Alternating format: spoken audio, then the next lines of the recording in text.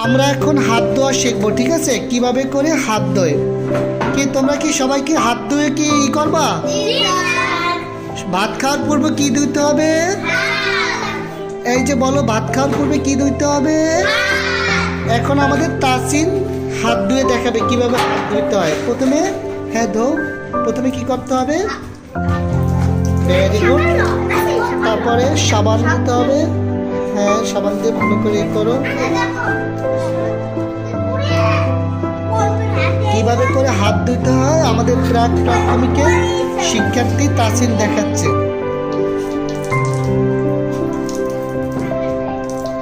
তারপরে এই ওইটা বন্ধ করো, পানির ট্যাপ বন্ধ করবা। এই যে গামছা দিয়ে কি করতে হবে? গামছা দিয়ে পুছতে হবে।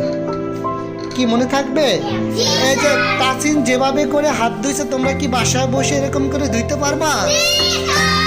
প্রথমে 1 নম্বরে পানি কি করতে হবে? পানি দিয়ে হাত ধুইতে হবে। তারপরে সাবান দিয়ে কি করতে হবে? হাত কসলাইতে হবে। তারপরে সেই সাবান আবার পানি দিয়ে ধুইতে হবে। তারপর শেষে কি করতে হবে?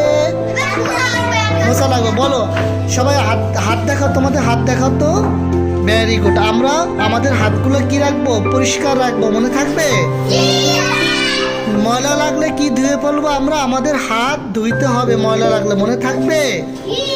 তোমরা কি সবাই পরিষ্কার পরিচ্ছন্ন থাকবা?